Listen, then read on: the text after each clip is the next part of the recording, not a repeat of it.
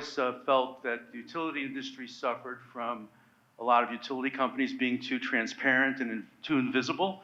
But for a facility of your company's size to be as invisible to a lot of folks in industry, it's like that should be shouted from the rooftops. That something of that magnitude, and the 75% recycling, that's just fantastic. So our next speakers were not available, so we're going to proceed to the panel session.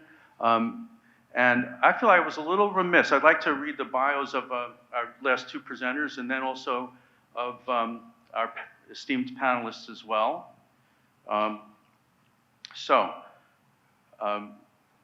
Madeline Hoyne is Optimization Superintendent at BP, and she's been in that position at the Whiting Refinery, 20 years at BP in a variety of engineering and commercial roles within refining, midstream, and petrochemicals with a focus and passion around commercial optimization of manufacturing assets.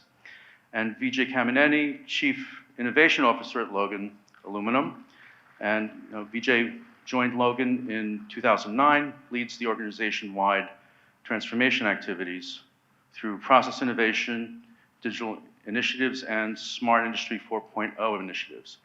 And our panelists, Leslie Rittenberg, Vice President, Product Management of Beyond Limits. Thanks for joining us, Leslie.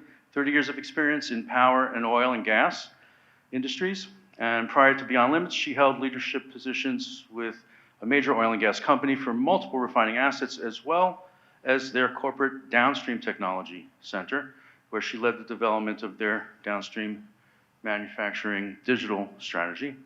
And Vignesh Markandan, VP of Manufacturing at Hitachi Vantara. Thank you, Vignesh.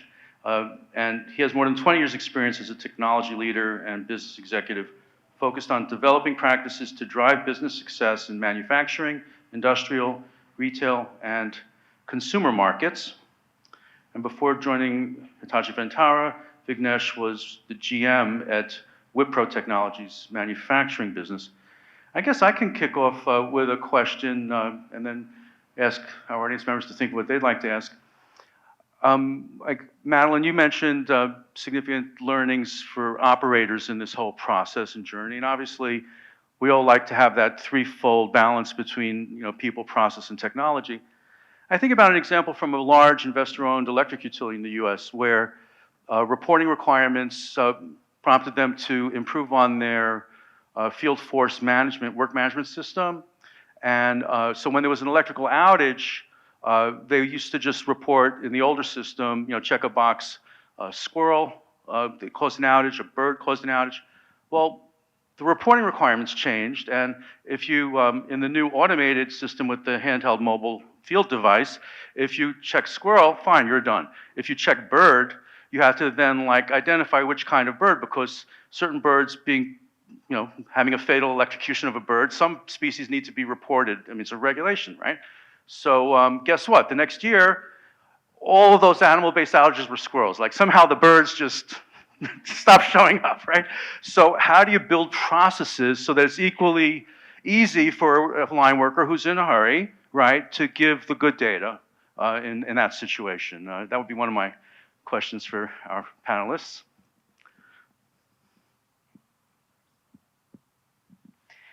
Thanks for the question, Peter.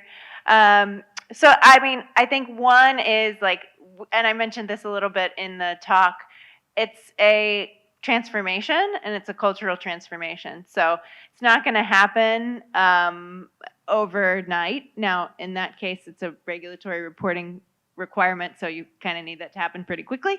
But, with our adoption of the Refinery Advisor, we really pushed to get a minimum viable product out, and then over the subsequent months, improve upon that and improve upon the data integrity on that. We integrated it into existing work processes that we already had. So we already had start of shift meetings, and instead of using kind of the old spreadsheet tools we were using, everybody started pulling up Beyond Limits at the start of shift and using that for their start of shift conversation.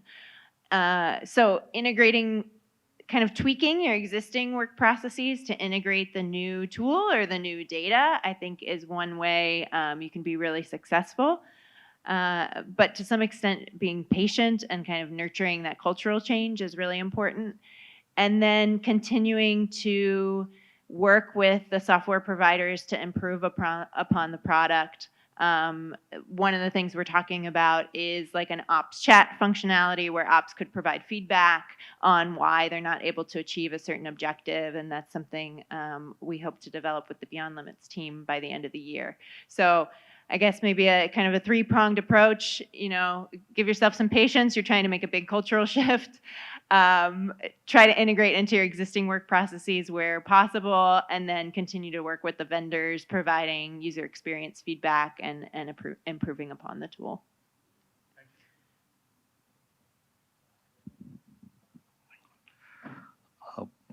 Peter, I don't think there's any good data. AI, any data analytics, a big part of your data analytics project is data cleansing or identifying the data sources, data transformation, and data cleansing. With that said, we need to have good quality data to do anything in AI. It's a requirement, but it's not. So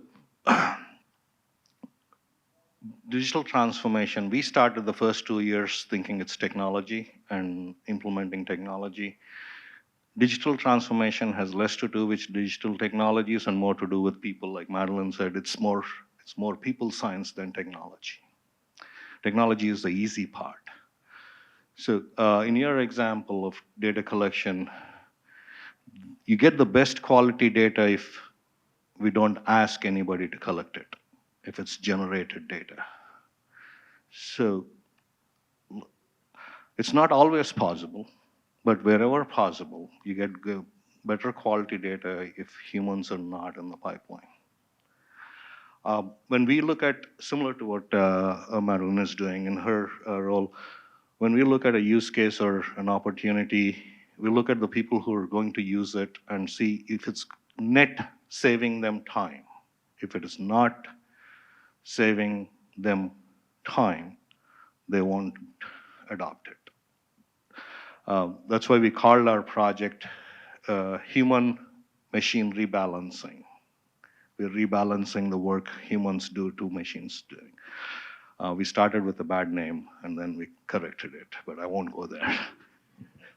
Excellent, Vijay. Vignesh. Just to add, right? I mean, all of this, he said, you know, as long as data is not created out of a process that's human dependent, somebody, you know, checking a squirrel and a bird. Well, took a photograph, couldn't the intelligence? Exactly, right? And that is what precisely we do at Hitachi when we are looking at Lumada solution and the drone technology that supports the utility companies. You are having the pictures taken and identify, the problems are identified, be it vegetation, animals, or birds, or anything of that sort, in an automated fashion, thereby eliminating the error-prone data, you know, creation process, right? So that's the solution that we are heading into. And with more and more digital solutions available from image processing or you know, high-speed data gathering technologies, this is becoming a lot more easier to implement than it was previously. The challenge is the people aspect of it, finding the right people, and then convincing the field team in the utilities case that this will benefit their role and it will make it easier for them is the tougher part than the technology implementation itself. Excellent. So you can completely have a workflow that eliminates a data collection bias. Excellent. Yes, Leslie, thank you. Yeah, hi, I'm Leslie from Beyond Limits. I would just add, because everyone's brought up some excellent points, that you know, a lot of times, especially when we get on a roadmap and we want to deliver a particular roadmap item, we're very focused on delivering that and saying we've done our job and it's going to work and that's all there is. That's a very hopeful but somewhat naive solution. So we just need to have a conscious thought of iterating over and over and over again, right? So as Maddie said, working with your vendors and continuously improving is an important piece. Iterating with your workforce so that they feel like they have a vested interest in delivering a better product, understanding their point of view, getting continuous feedback. I mean, quite honestly, when you've delivered that roadmap item, you're kind of at the beginning as opposed to the end. So that's something that we should always take into account.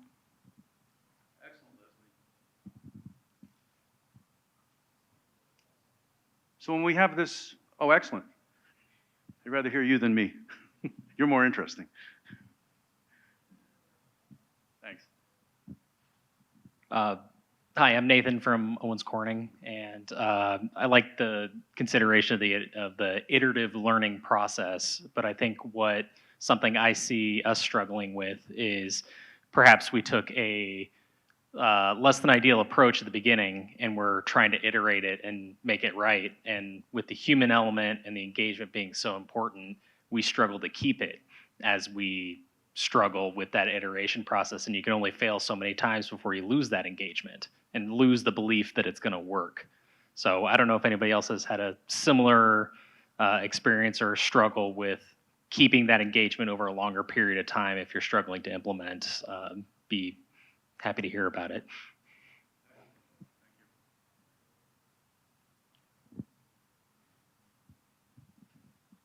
VJ. 4 years and a roadmap that we built without knowing as a manufacturer, we didn't know where we were getting into. Our vendor knew, co-creation model, so that it involved a lot of learning. So we failed a lot more than we were successful. And every failure helped the next block to get successful. Being able to make that visible to your organization. Your board needs to know that. And the people who you're affecting with the change needs to know that it's okay to fail. How many of you are okay to fail here? Yeah, you should be. That's why you're in this room. That's why you're at this conference. That's engineering. There's a risk and risk mitigation. At the end of it, we bring value. The sum total of failures and successes bring value. So to answer your question, we go through that journey. We still go through that journey. Leslie Blob brought up working with your vendor. In a co-creation model, I think Hitachi is okay if we say that. We went through grueling times. We were like a dysfunctional family. Like we had our struggles with the vendor. Dan, there I need to give him a shout out. He got the burnt of what I can do or say to somebody, right, Brandon? So, to your point, keeping the transparency builds trust on failures. Identifying the value created in learning helps where you don't get an ROI. Not everything is about dollars. You can't make everything about dollars. So that helped. You'll not get everybody. You'll always have those who don't trust again.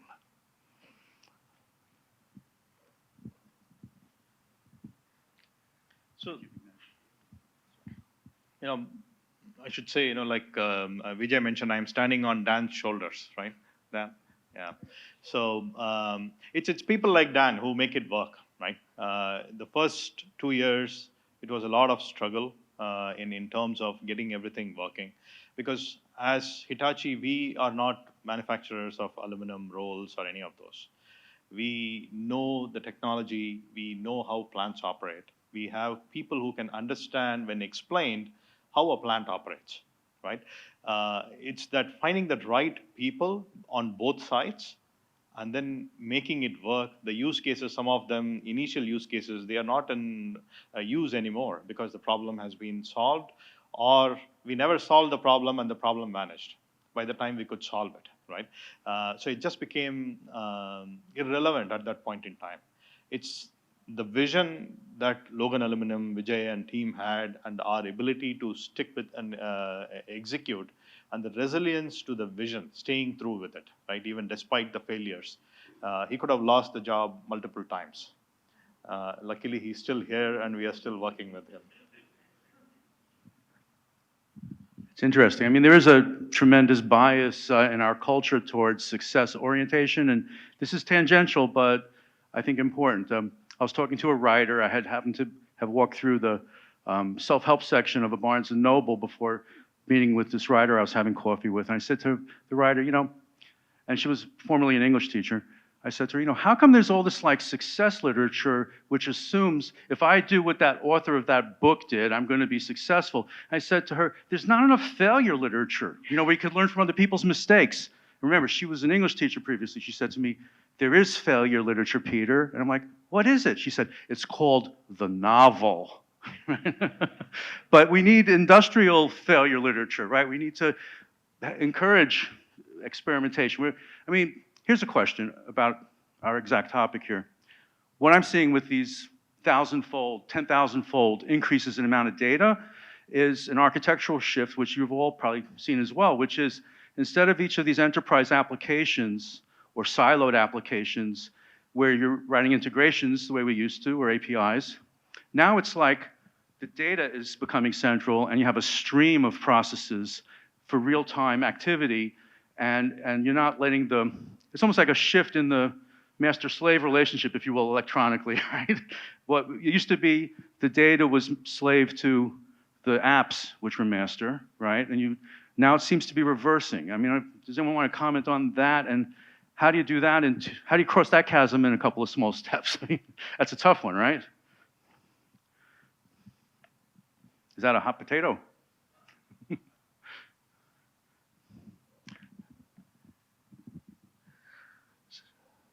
Now you know why I fail so often.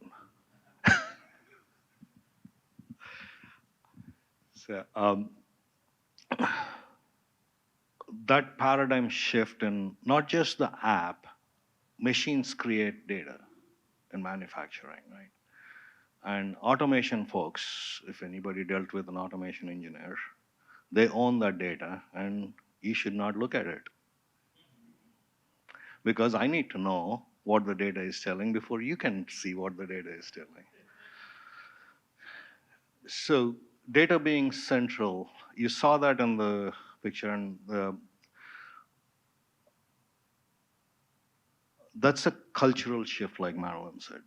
And it's a hard shift. We all, I don't know how many of us genuinely, I won't ask a show of hands, because I don't know how many of us were comfortable letting the data be out there before processes, people, or but data is changing, that is shifting. It's a hard truth to accept, and the faster we accept, Peter, I think. I don't know there is an easy way to soften that blow of data being central. Digital twins, anything, and the data transparency. If data is democratized and available everybody to make decisions, which is needed by all business decision makers, which is everybody in your plant, right from the operator to the fork truck driver to the boss, right? More so at the operational level. So data visibility is central. Data is becoming the central. All I can say is there is no easy answer to soften that blow. We just have to accept it that applications will change, people will change. People change to different roles. You bring in every new software, it becomes mobile, it becomes virtual reality, but your data is the central part of driving all of those. Sure, you all have something. Yeah. That's a great point. And everybody wants to get to that remote operational nirvana. And I'm still thinking about your question about failure. I guess it depends on how you define failure. Data is really powerful, but it can also, and what I've seen over the years, people are trying to become more predictive with data, do better analysis, give people to get into action faster. And what has been happening over the industry is now we're flooded with these higher level analysis that actually some are real, some are not real. And we struggle with that as humans because we want them all to be real, we want them all to be right. That's probably not reality. So I think where we're going as a company is how do we help people contextualize that data and information, the higher level analysis that's happening? How do we help them understand how to get into action faster and understand if it's real, if it's genuine, what priority I should place on it? So again, it's about digitizing our human expert knowledge along with the wonderful new data that we have, placing a lot of solutions, maybe numeric AI, video, graphic, but you still have to kind of bring that human back in the loop to help you get the next step, which is understanding your data better. So for successes, chunk off what you think is real and you can really achieve and celebrate a lot so that people know it was important at what you delivered. And think about how you continue to bring that expert in the loop to help get people to conclusions around the data. Thank you, Leslie. Any other questions?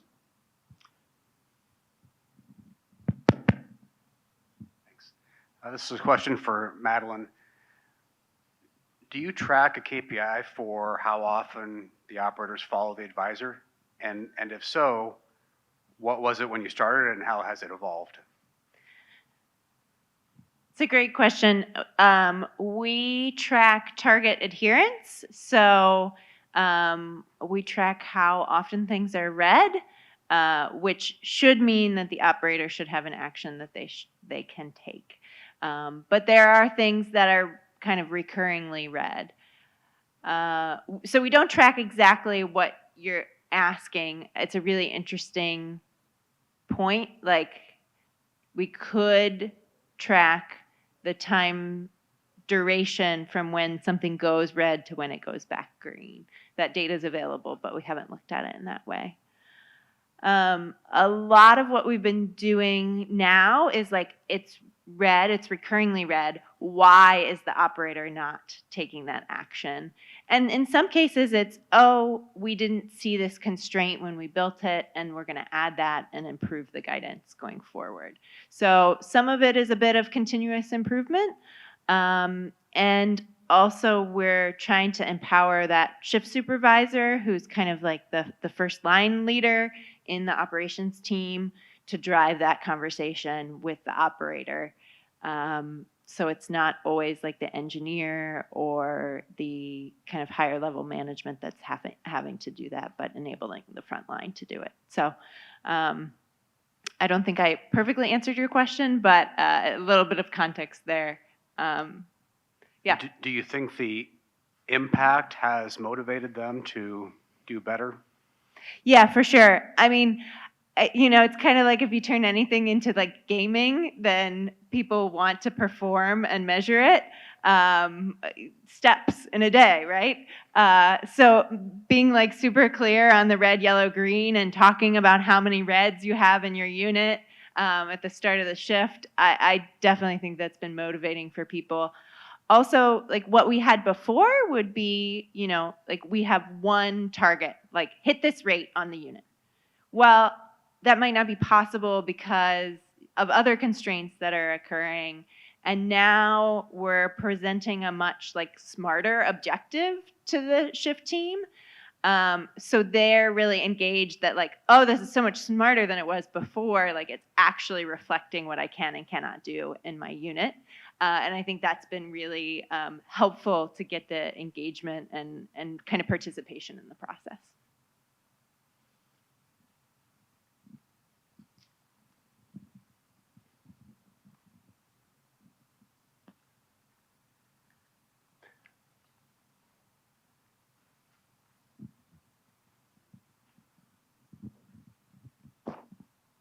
Just a question, when you went through this process in terms of, say, generating the data, I imagine you went through the progressive stage, we went from the Excels and you went for your more simple, should we say, two-dimensional data, and then you started exploding up into vast data pools. How did you manage that transition in terms of knowledge, in terms of skills in the company, to actually, to sort of apply data science and apply sort of data analytics? Did you use external resources? Did you do in-house training? Did you, leverage a lot of software? Did you have business partners? How did you do it?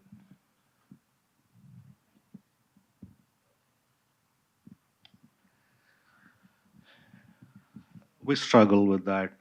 When we talk about struggles, we were very successful in that because of the multi-vendor model. We know how to make aluminum can sheet. We do a good job about how to make aluminum can sheet. We don't have data scientists. We don't have data analytics. We can't hire enough because it's a very broad science, from computer vision to anomaly detection. We can't have all those in-house strengths because we don't know what the next need is, next use case is. And who's the best? If you're looking at, we'll talk about the use cases, safety. Hitachi is building our safety risk dashboard.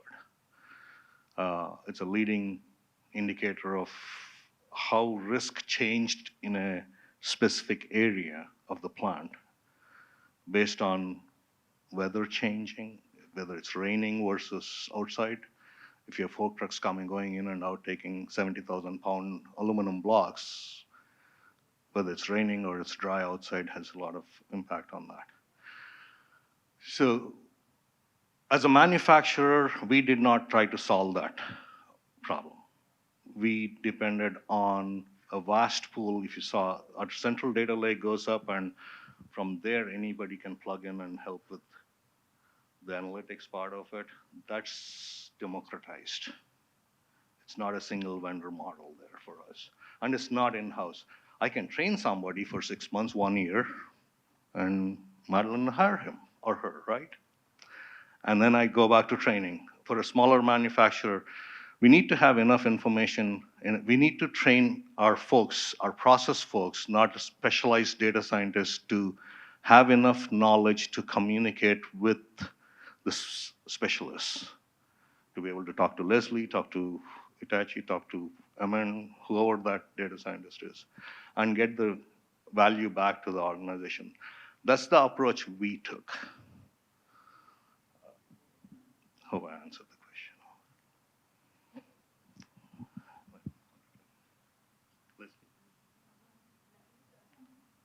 I'll continue.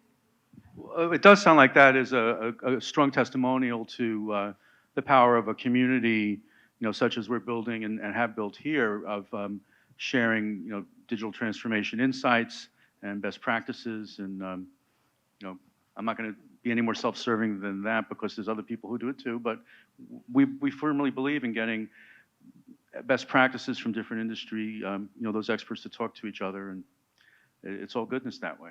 It leverages that. It's interesting. Any other questions? Well, let's give our panelists a round of applause. Thank you so much.